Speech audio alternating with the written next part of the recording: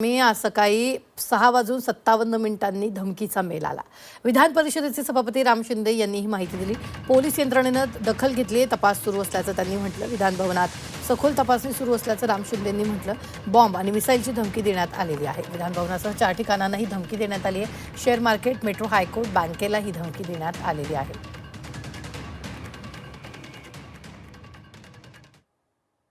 आणि आवश्यक ती दखल घेतलेली आहे। संपूर्ण तपास हा सुरू आहे। थोड्या वेळापूर्वीच आमचे सुरक्षा अधिकारी आणि जे तपासाचे अधिकारी आहेत त्यांच्या चर्चा होऊन आता विधान भवनाचं अधिवेशन सुरू असल्या कारणानं सर्व अधिकाऱ्यांना प्रवेश दिलेला आहे।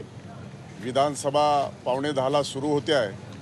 विधान परिषद ही 10 वाजता सुरू होणार आहे आणि त्या पार्श्वभूमीवरती अतिशय संवेदनशील आणि संपूर्ण महाराष्ट्राचं लक्ष असलेलं हे अर्थसंकल्पीय अधिवेशन असल्या कारणानं ही धमकी प्राप्त झालेली आहे। त्या धमकीच्या पार्श्वभूमीवरती संपूर्ण विधान भवनामध्ये आता तपासणी सुरू आहे। स्टॉक एक्सचेंज आहे, मेट्रो आहे, हायकोर्ट आहे आणि बँक आहे।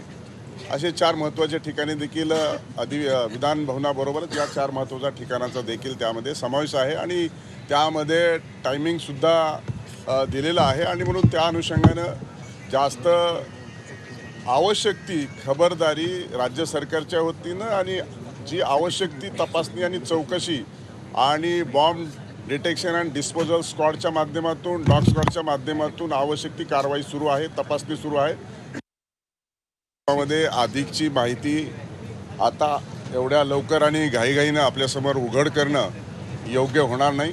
तपासाचा आणि चौकशीचा आणि एवढ्या मोठ्या प्रमाणामध्ये ही धमकी असल्या कारणानं चौकशी अंती सर्व ती माहिती आपल्यासमोर देण्यात येईल।